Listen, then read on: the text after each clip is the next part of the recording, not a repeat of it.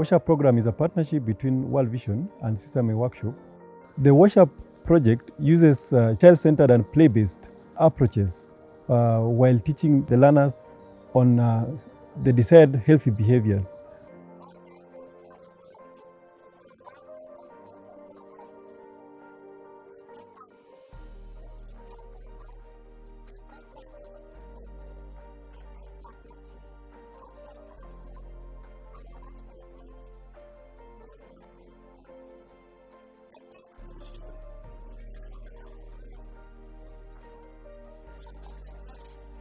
We have the workshop program system, whereby we teach,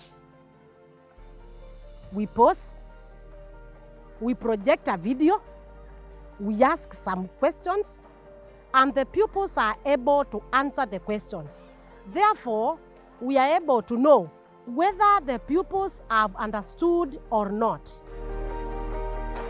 Mradi ya workshop imenisaidia sana na familia yangu. Hii inaitwa tip-tap. Nimewafundisha kutengeneza. Unachukua miti mbili, unachimba shimo mbili, unaweka mawe, unagonga ndio isianguke.